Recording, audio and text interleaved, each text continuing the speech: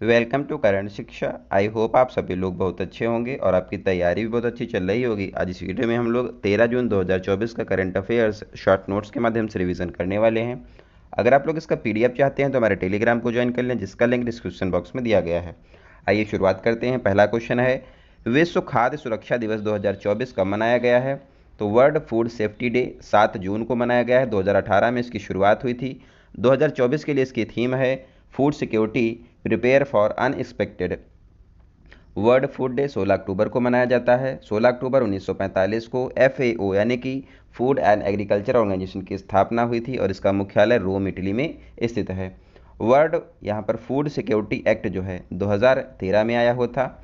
World milk day 1 जून को मनाया जाता है, जबकि राष्ट्रीय दुग्ध दिवस 26 नवंबर को वर्गीस कुरियन के बर्थडे वाले दिन मनाया जाता है। दुग्ध के लिए ऑपरेशन फ्लड शुरू किया गया था। वर्ल्ड इन्वायरमेंट डे 5 जून को मनाया जाता है और वर्ल्ड ओशियन डे 8 जून को मनाते हैं।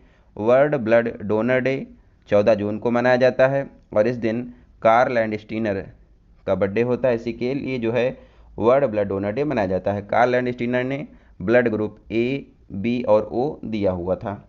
इंटरनेशनल योगा डे 21 जून को मनाते हैं। 2015 में इसकी शुरुआत हुई थी। इंटरनेशनल ओलंपिक डे 23 जून को मनाया जाता है और 1894 में IOC यानी कि इंटरनेशनल ओलंपिक कमेटी की स्थापना हुई थी, ध्यान रखिएगा।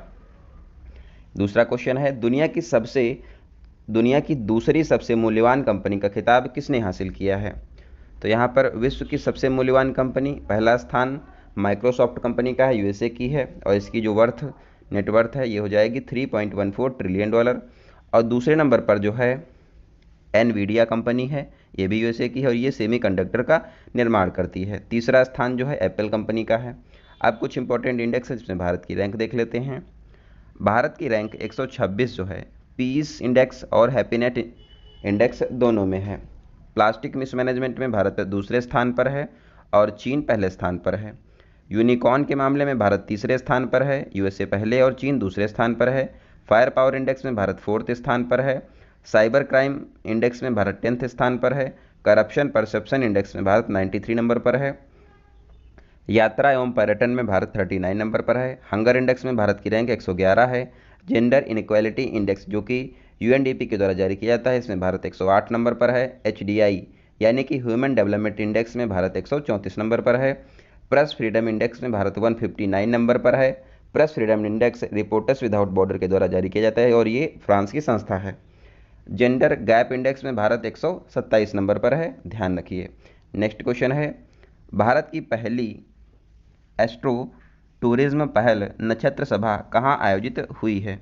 तो इसका आयोजन जो है Uttarakhand Mussoorie George Everest peak पर किया गया है और ये जो है नक्षत्र सभा जो है भारत की पहली एस्ट्रो टूरिज्म पहल है, ध्यान रखिएगा। इसका उद्देश्य है एस्ट्रो टूरिज्म को बढ़ावा देना। यहाँ पर ग्रह, स्टार्स, गैलेक्सी और फोटोग्राफी की सुविधाएं उपलब्ध रहेंगी, ये सब आपको दिखेंगे। देश की पहली आपातकालीन चिकित्सा सेवा उत्तराखंड एम्स में शुरू हुई है और भीष्म एक पोर्टेबल हॉस्पिटल है जिसको आगरा में इसका परीक्षण किया गया था। काला पानी लिपुलेख विवाद भारत और नेपाल के बीच में है और ये जो है उत्तराखंड के पिथौरागढ़ जिले में स्थित है। जिम कॉर्बेट का नया नाम रामगंगा है और ये उत्तराखंड में स्थित है।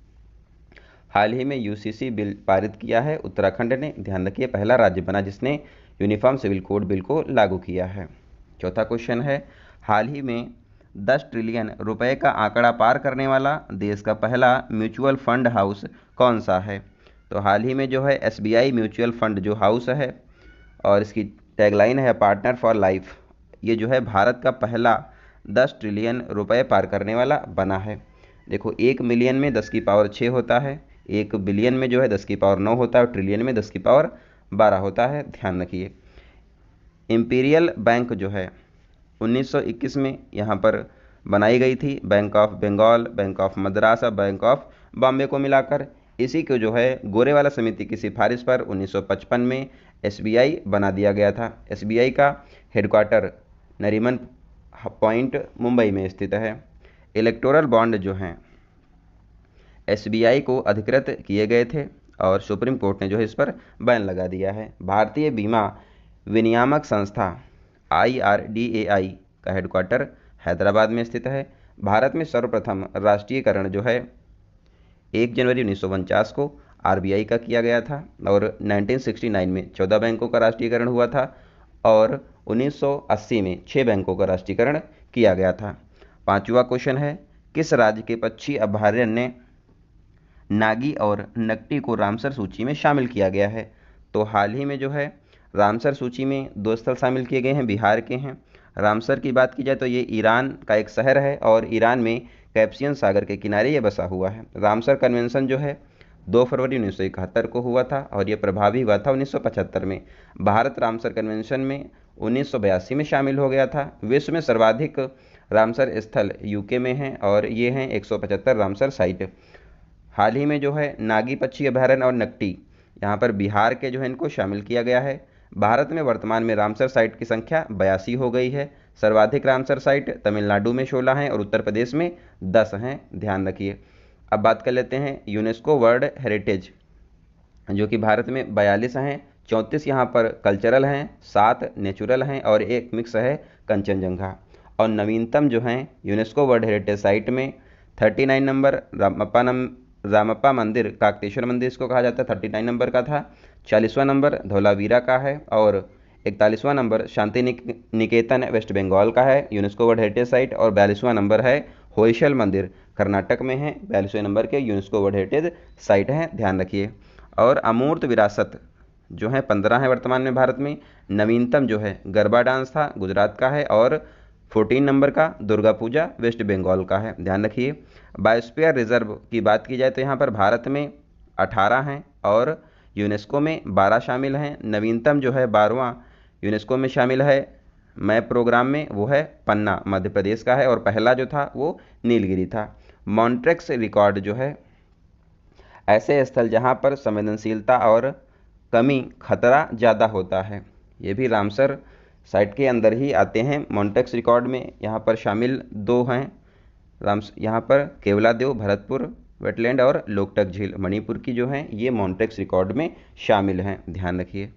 नेक्स्ट क्वेश्चन है, चुनाव आयोग के अनुसार आम चुनाव 2024 में कुल कितने % मतदान हुआ है? तो यहाँ पर जो मतदान है वो हुआ है 65.79 और ये पिछली बार जो है 2019 में यहाँ पर 67.40 हुआ था, इससे कम है। तो कमी का कारण जो है ये भीषण गर्मी को बताया है इन लोगों ने और इसीलिए मतदान जो है वो कम हुआ है। 2024 में सर्वाधिक मतदान जो है लक्षद्वीप में 84% पड़ा है, उसके बाद असम में है, मिनिमम जो है बिहार में 65% और उत्तर प्रदेश में 57% हुआ है। कुल मतदान जो है 64.2 करोड़ हुआ है, ध्यान रखेंगे। और यहाँ पर सर्वाधिक वोटों से विजयी जो हैं शंकर लालवाणी हैं, ये जो हैं 11.75 लाख वोटों से जीते। इन्होंने नोटा को पराजित किया है। नोटा को यहाँ पर 2.18 लाख वोट मिले थे। निर्विरोध जीते हैं मुकेश दलाल, सूरत से जीते थे, बीजेपी के हैं। उत्तर प्रदेश में सर्वाधिक सीटें जो हैं समाजवादी पार्टी को मिली हैं, ध्यान रखिए। 18वीं लोकसभा का जो चुनाव है ये संपन्न हुआ है 7 चरणों में। मुख्य चुनाव आयुक्त राजीव कुमार हैं, इसके अलावा 2 चुनाव आयुक्त हैं ज्ञानेश्वर कुमार और सुखवीर संधू, ध्यान रखिएगा। आरबीआई ने रेपो रेट कितनी निर्धारित की है? तो हाल ही में जो है आरबीआई ने 6.50 यहाँ पर रेपो रेट जो है वो निर्धारित की है, ध्यान रखिए। आरबीआई की एक होती है एमपीसी मॉनेटरी पॉलिसी कमेटी, जिसमें 6 मेंबर होते हैं, 3 आरबीआई के 3 गवर्नमेंट के। यहाँ पर हेड जो हैं इसके आरबीआई गवर्नर होते हैं। इसका कार्य होता है इन्फ्लेशन को कंट्रोल करना और इन्फ्लेशन के लिए जो है उर्जित पटेल कमेटी ने बताया था कि 2 से 6% के बीच में इन्फ्लेशन रहेगा तो वो बेहतर होता है इकोनॉमी के लिए। यहाँ पर रेपो रेट जो है फूड इन्फ्लेशन को कम करने के लिए रेपो रेट उतना ही रखा गया है, ध्यान रखिए। और रेपो रेट क्या होता है? परचेजिंग पावर और पॉलिसी रेट जो है इसी को कहा जाता है। बैंक रेट जो है रखा गया है 6.75% और कैश रिजर्व रेशियो 4.5% रखा गया है। इन्फ्लेशन को कंट्रोल करने के लिए repo rate, reverse repo rate, bank rate और यहाँ पर क्रेडिट रेपो रेट जो है, करेंट रेपो रेट जो है इसको बढ़ा दिया जाता है। तो ये ध्यान रखेंगे। इसको अगर आप लोग डिटेल में पढ़ना चाहते हैं तो इकोनॉमिक्स की जो यहाँ पर प्लेलिस्ट बनी हुई है आप लोग वहाँ से इसको समझ सकते हैं। मंदी को कंट्रोल करने के लिए repo rate, reverse repo rate, bank rate और सीआरआर इन सबको क्या है कम कर दिया जाता है, ध्यान रखें। नेक्स्ट है रिजर्व बैंक ऑफ इंडिया की स्थापना जो है 1 अप्रैल 1935 को होती है। पहले इसका मुख्यालय कलकत्ता में था और 1937 में इसका मुख्यालय मुंबई बना दिया गया है, अभी मुंबई है। आरबीआई के पहले गवर्नर भारतीय गवर्नर सीडी देशमुख हैं और पहले गवर्नर ओशबॉर्न स्मिथ थे। I do what I do book जो है रघुराम गोविंद राजन की है, ध्यान रखिए। 8वां क्वेश्चन है, अंतर्राष्ट्रीय क्रिकेट में 600 छक्के लगाने की उपलब्धि हासिल करने वाले दुनिया के पहले क्रिकेटर कौन बने हैं? तो यहाँ पर रोहित शर्मा जो हैं भारत के कप्तान हैं, ये पहले प्लेयर बने हैं जो कि 600 छक्के लगा चुके हैं। और दूसरा नंबर जो है 553 छक्के क्रिस गेल ने लगाए हैं। फीफा क्वालिफाई मैच जो हो रहा था फीफा के लिए 2026 वर्ल्ड कप के लिए भारत और कुवैत के बीच में, यहाँ पर जो स्कोर है वो 0-0 रहा है। यहाँ पर जो मैच है साल्ट लेक स्टेडियम कोलकाता में हो रहा था और ये मैच जो है सुनील छेत्री का अंतिम मैच था, ध्यान रखिए। टी20 वर्ल्ड कप 2024 यूएसए और वेस्टइंडीज़ में आयोजित किया जा रहा है। इसके brand ambassador Yuvraj Singh, Chris Gayle और उसेन बोल्ट हैं। आईपीएल 2024 में पर्पल कैप हर्षल पटेल को मिली है, ऑरेंज कैप विराट कोहली को मिली है। और जो आईपीएल है इसको जीता था कोलकाता नाइट राइडर्स ने। किसको हराया था आप लोग कमेंट बॉक्स में बताइए। One day cricketer of the year Virat Kohli बने हैं। टी20 में यहाँ पर सूर्या हैं, ध्यान रखेंगे। नेक्स्ट क्वेश्चन है, परवाह सॉफ्टवेयर किसने विकसित किया है? तो हाल ही में जो है परवाह सॉफ्टवेयर जो है इसको डेवलप किया है इसरो ने। और कहाँ से तैयार हुआ है ये? तो ये तैयार हुआ है Vikram Sarabhai space research centre Thiruvananthapuram से इसको तैयार किया गया है। रॉकेट का डिज़ाइन तैयार किया गया है हवा की गति दिशा को ध्यान में रखते हुए। स्वाति पोर्टल स्टेम सब्जेक्ट्स को बढ़ावा देने के लिए है। और संकलन ऐप एनआईए का है। सारथी ऐप सारथी 2.0 सेबी ने लॉन्च किया है। सक्षम इलेक्शन कमीशन ऑफ इंडिया ने। सुस्वागतम सुप्रीम कोर्ट का ऐप है। प्रवाह ऐप जो है आप लोग कमेंट बॉक्स में बताइए किसका है।